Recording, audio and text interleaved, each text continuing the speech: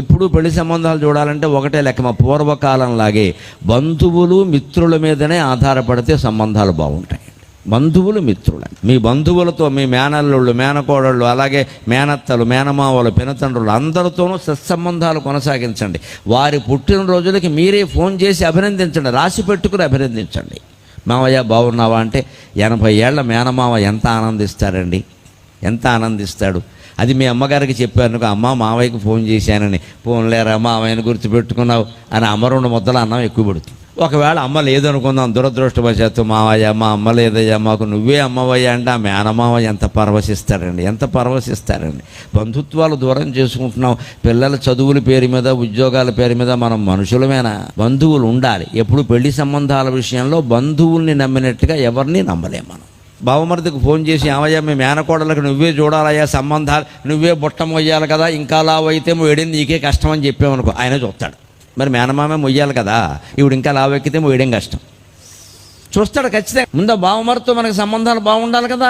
ఎప్పుడు ఈవిడ ఇంట్లో భార్యను పట్టి మీ వాళ్ళు ఏం పెట్టారు, మీ వాళ్ళు ఏం పెట్టారు, ఈవిడతోనే బాగుండలేదు, బావమరితో ఏం బాగుంటాయి. ఇంకా ఏం పెట్టారో ఏం లేదో అయిపోయిందిగా, 20 ఏళ్ళు ఏంది, ఎందుకు వచ్చిన గొడవ ఇది. ఈ చిన్న చిన్న విషయాల కోసం ఊరికే పెట్టుబడులు వీటి మీద తగాదాలు పెట్టుకోకూడదండి. మేనమావలు, బావమరుదులు వీళ్ళందరినీ పిల్లలకి పరిచయం చేయాలి, దగ్గర చేయాలి. మావయ్య ఇచ్చాడరా కాస్త కాఫీ మంచినీళ్ళు కనుక్కో, మావయ్య ఎలా వెళ్ళిపోతున్నాడు రా, క్యాబ్ మాట్లాడి పంపించు, నువ్వు కూడా వెళ్ళు అని పిల్లలకి చెప్పాలండి. చదువులు బంధుత్వాల కంటే ముఖ్యం కావు, చదువులు ఆత్మీయతల కంటే ముఖ్యం కావు. ధనం ఎప్పుడూ మిగలదు, బంధం ఒక్కటే మిగులుతుంది, బంధువులు మిగులుతారు. గుర్తుపెట్టుకోండి, బంధువులను కాపాడుకోండి. వీళ్ళ పిల్లలకి బంధువులు తెలియట్లేదండి. మేనమావని మేనమావయ్య అని పిలవమని చెప్పాలి, పెంతనరని పెంతనరనే పిలవమని. దిక్కుమాలిన పదం ఇంగ్లీష్ పదం అంకులుడు వచ్చింది, అధవ మొక్కజొన్నకు అంకుల్లాగా. అందరినీ అంకులే, రిక్షావాడు అంకులే, రాష్ట్రపతి అంకులే, అధవ భాషవాడును. మేనమావ వేరు, మావగారు వేరు, మావయ్య గారు వేరండి. మేనమావ అంటే అమ్మ తమ్ముడు, మావగారు అంటే పిల్లనిచ్చిన మావగారు, మావయ్య గారు అంటే మేనత్త మొగుడు. 3 బంధాలు ఉన్నాయి మనకి. మావయ్య గారు వేరు, మావగారు వేరు, మేనమావ వేరు. మేనమామ చాలా చక్కని భాష. మేను అంటే శరీరం, తల్లి మేనుతో సంబంధం కలిగిన వాడు ఆయన. ఆవిడ మేనమామ ఒకే తల్లికి పుట్టారు. మేను సంబంధంగా ఉంటే మేనమామ.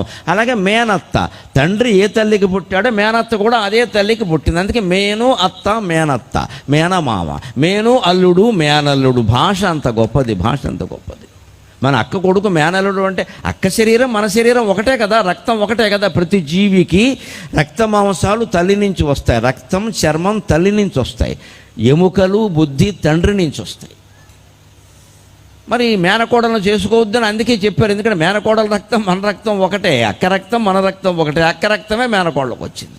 ఇదివరకు ఏదో నడిచిపోయాయి, ఇప్పుడు నడవట్లేదని చాలా ఇబ్బందులు వస్తున్నాయి. ఇవి మేనకోడలను చేసుకోకూడదు. మేనత్త కూతురు, మేనమావ కొడుకు అది వేరే విషయం.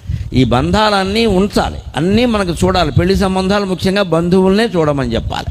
స్నేహితులు, బాగా దగ్గర మిత్రులు ఉంటారు, వాళ్ళకి చెప్పాలి. చూడమన్నారు కదా అని వాడు ఇష్టం వచ్చింది చూస్తే కుదరదు, కాస్త మా వాళ్ళని చూడమని కూడా చెప్పాలి ఈ రోజుల్లో.